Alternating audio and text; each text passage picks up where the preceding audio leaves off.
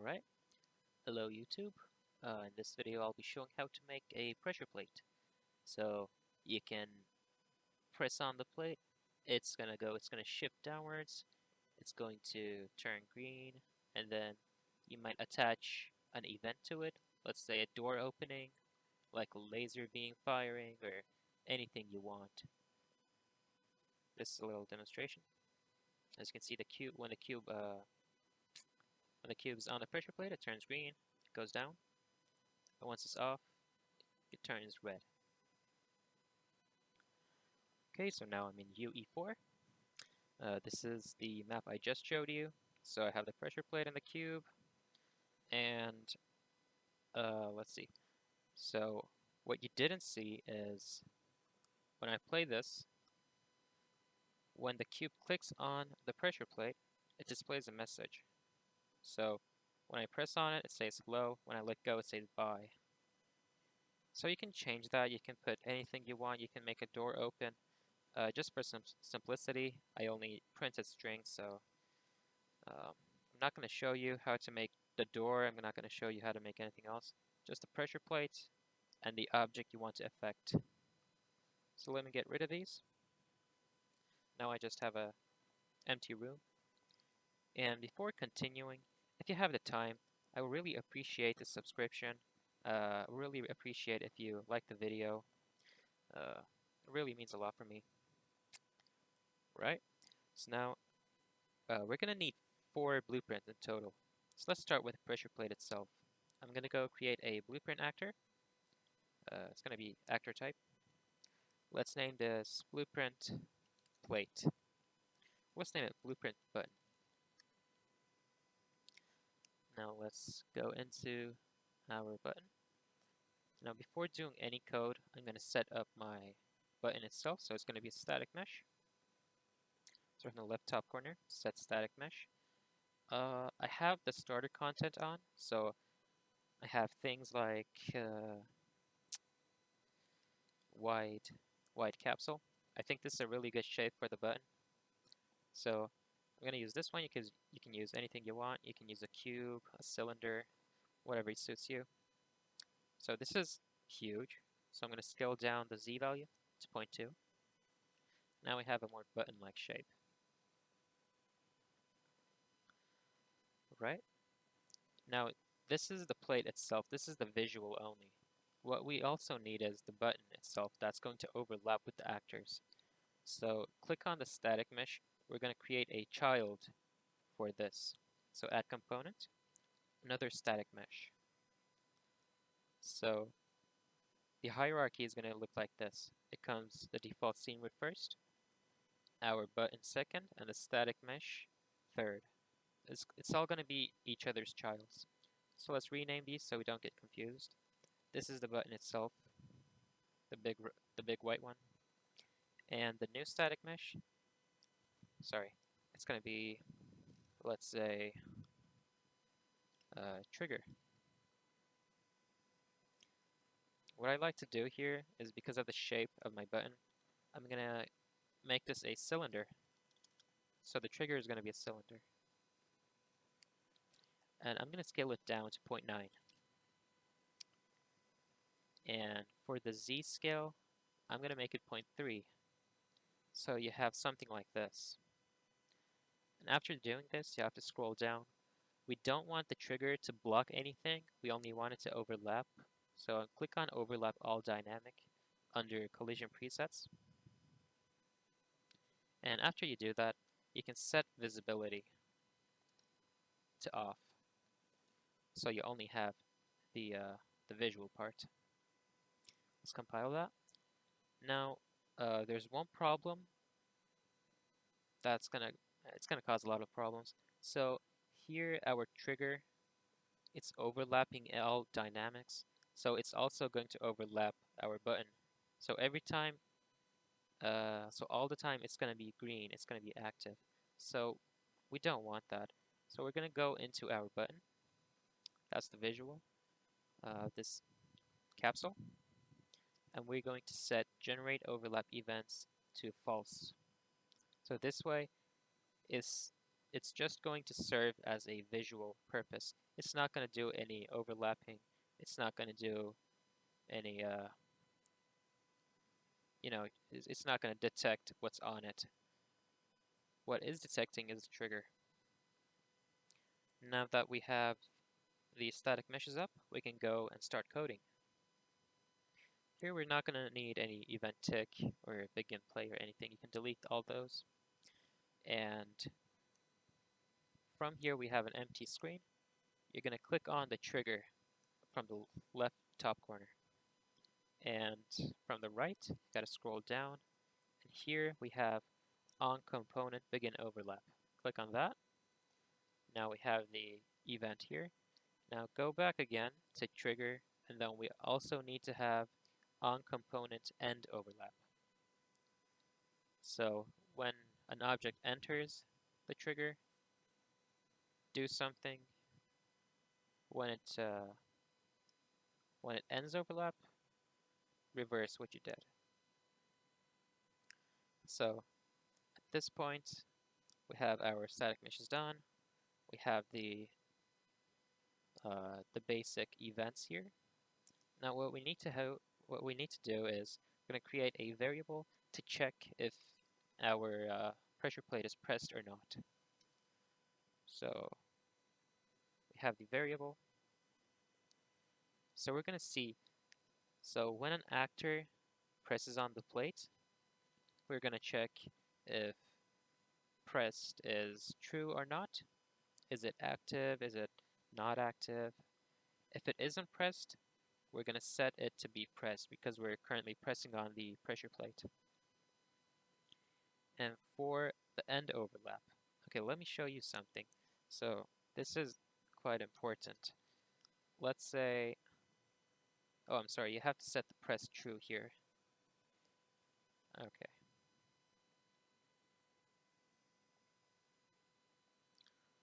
Right. So let me try to show you. So let's say we have our button here. We have a cube. Let's make that a bit smaller. Okay. So we have two cubes here. So once a cube presses on the button, it's going to go down. Once the second one presses, it's going to stay where it is. But when we take one actor off, it doesn't care if there's any other actor on top of it. It's always going to go up because this one ended the overlap. It fired the event.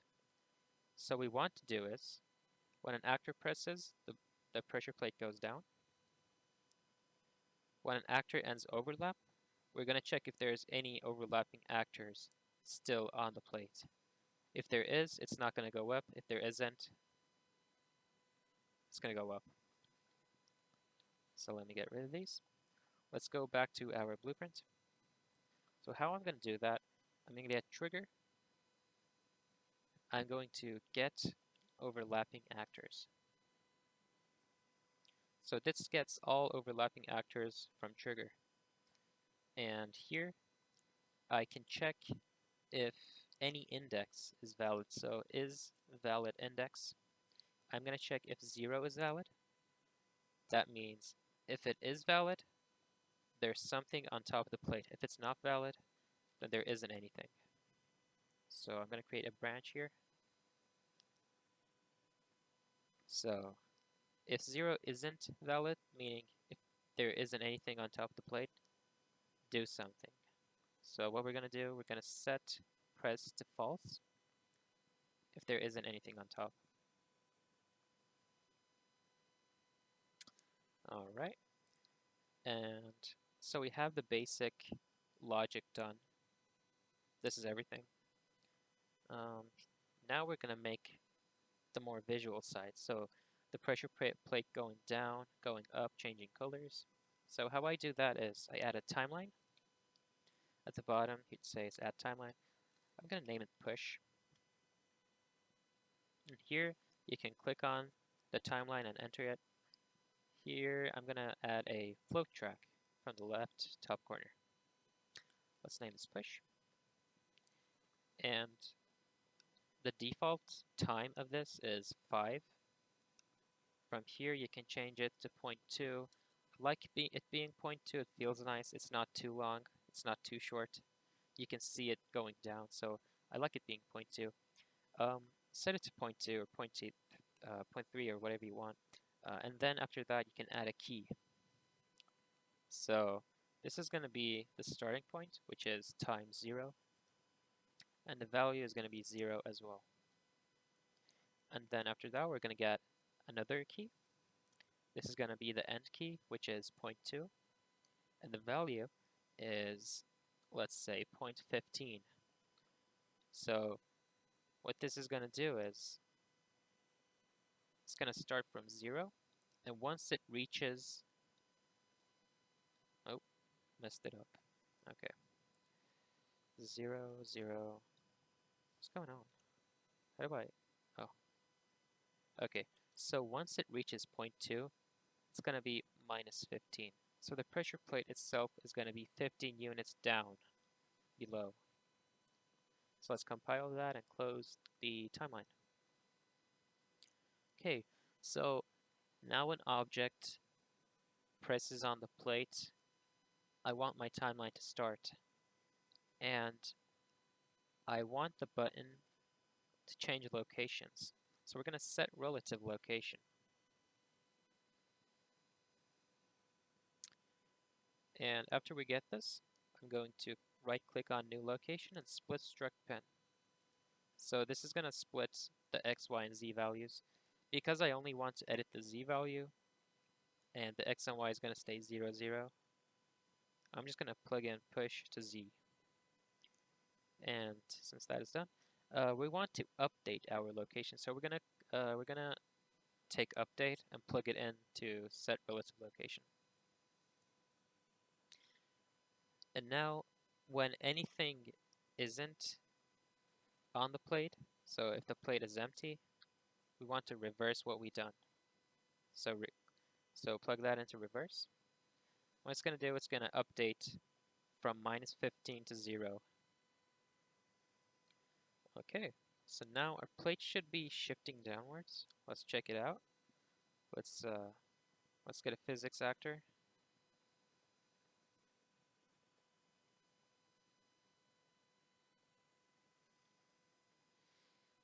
So this is just a cube with physics on.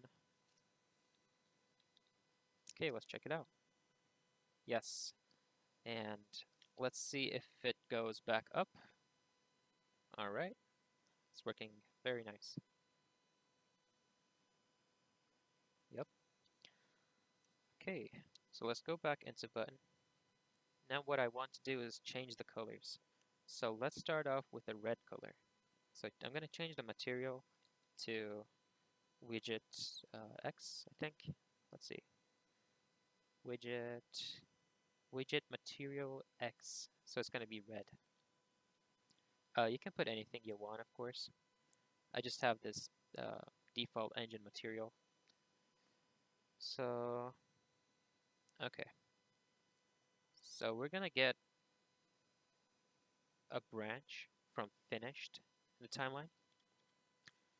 So we're going to say branch, is it pressed or not? So if it's pressed, you want it to be green. So get button, set material, and turn it to green. So widget should be Y, widget Y. Okay. If it's true, set it to be green. Copy and paste that. If it's not true, if it's false, we want it to be red. So that's widget material X false. Now let's compile that. Let's check if it's working. Okay, we got the red button. Let's simulate. Okay, when it's pressed, it turns green, and then it goes back red. All right. And this was the first blueprint. We have 3 more to go. Now, what I need here is when you right-click under here, it says blueprints, and I need a blueprint interface. So get one of those. I'm gonna name it blueprint, let's say turn on. or let's say turn switch. And let's go into this. So basically what this is, it's going to give you a function, and you can add this into blueprints, and you can call them when you can call them from different actors when you cast. So it's kind of useful when doing stuff like this. So I'm going to rename this turn switch. Name it whatever you want. Then I'm going to add an input. It's going to be a Boolean. Is it active or not? And we're basically done with this. We're going to compile that. We can close it and close the button as well, or minimize it. Now we're done with this. We have 2 blueprints. We need 2 more. Let's open a blueprint class. Pick actor. Let's name this blueprint master object. So what I want to do here is every time I want a new object to get affected by my button, I'm going to create a child blueprint class. So I can do different stuff with the same object, like opening a door, firing a laser, or, turning on an elevator, or whatever you want. So I'm going to go into master object. What I want to do here is on the up bar here, click on class settings. I want to add an interface. So the interface name was turn switch. Here under interfaces, you add turn switch. And that's basically it. So you close this object, minimize this, and then now we can create a child blueprint class. So let's create one. Let's call this door. And let's go indoor.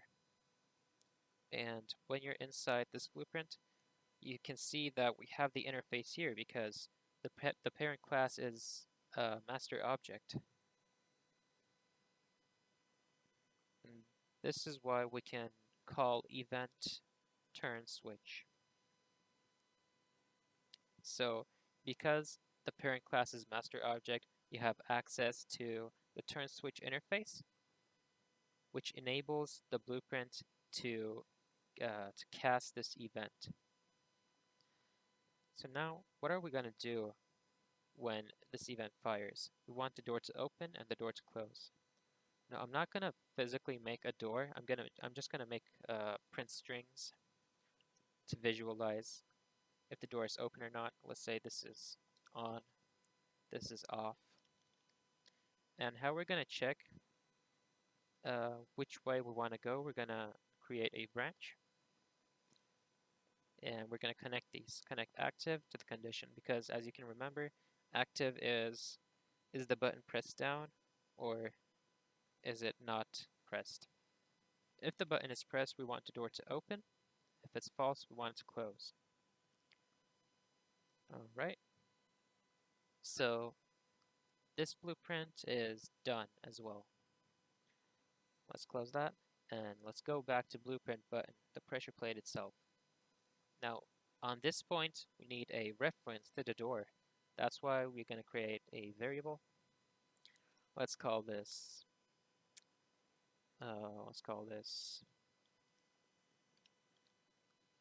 object to effect.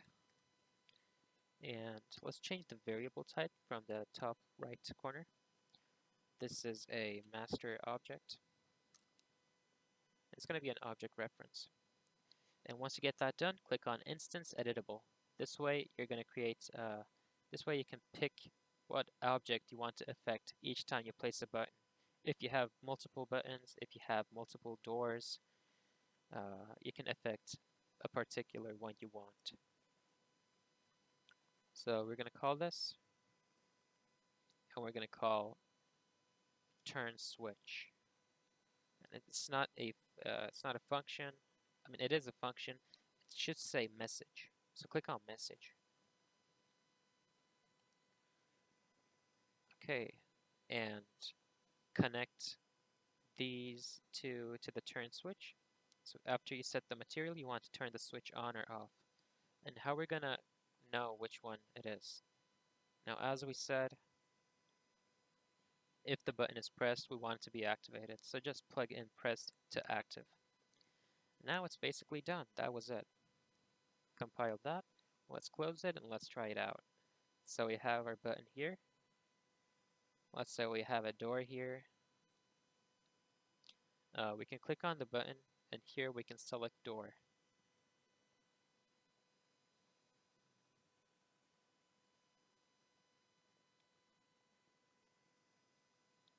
Okay, it's not selecting the door. I'm not sure why.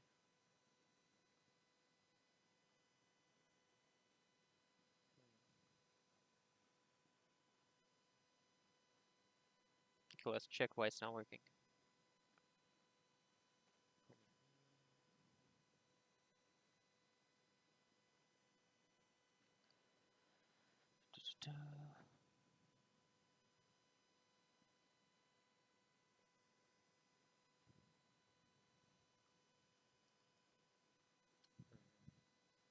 Okay, let me just change the name of it and try it that way. So this is, let's say, BP gate. So I just changed the name of the door. I'm gonna try if it's worked that way, if it works that way. Let's spawn a gate here. Let's try to get gate. Okay, so because I tried it out before I recorded the video, I already had a blueprint door, that's why it didn't work for me.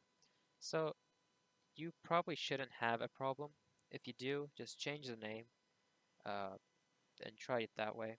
So I want my button to affect the gate, which is going to print stuff. It's going to print on or off depending on the situation of the button. So let's simulate. Okay, so now that the pressure plate is on, it's active, it prints it on. When it's off, it prints off. On, off. Right. And that was basically it. If you liked the video, you can subscribe, like the video, share it.